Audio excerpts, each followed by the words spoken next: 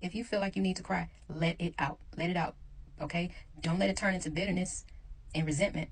Don't let it turn into a self-pity party. But cry, get it on out. And if you can, go somewhere private where it could just be between you and the Lord, okay? But don't get stuck there.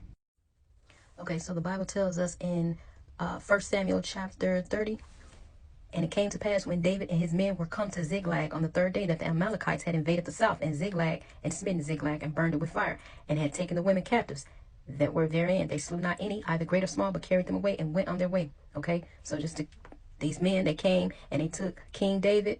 They took him, the same David that killed the Goliath. Yeah, that David. They took his children, his wives, and all of his men, children, and wives. So David and his men came to the city, and behold, it was burned with fire, and their wives and their sons and their daughters were taken captives. Then David and the people that were with him lifted up their voice and wept until they had no more power to weep. And David's two wives were taken captives, Ahinoam the Jezreelitess, and Abigail the wife of Nabal the Carmelite. And David was greatly distressed, for the people spake of stoning him, because the soul of all the people was grieved, every man for his sons and for his daughters. But David encouraged himself in the Lord his God. So I'm going to stop right there. You see, the scripture said David encouraged himself in the Lord.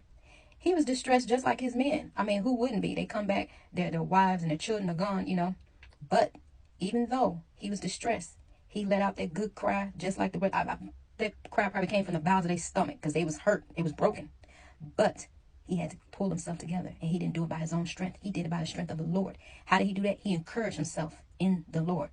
There are many scriptures that you can use that can help you in your time of need, in your time of stress. Talk to God about it. Don't just cry. Cry with a purpose. I mean, your purpose is, I get it, the pain, but cry and also lean on God for that solution. Lean on God for the comfort. Lean on God for faith, okay? Because after he did that, he inquired of the Lord what he should do. I don't know what your situation is. I don't know what you need to let that good cry out, but whatever it is, don't just cry.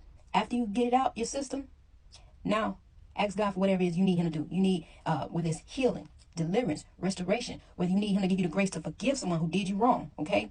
Whatever it is, lean on God, and he will strengthen you in your time of weakness. Be blessed and stay encouraged.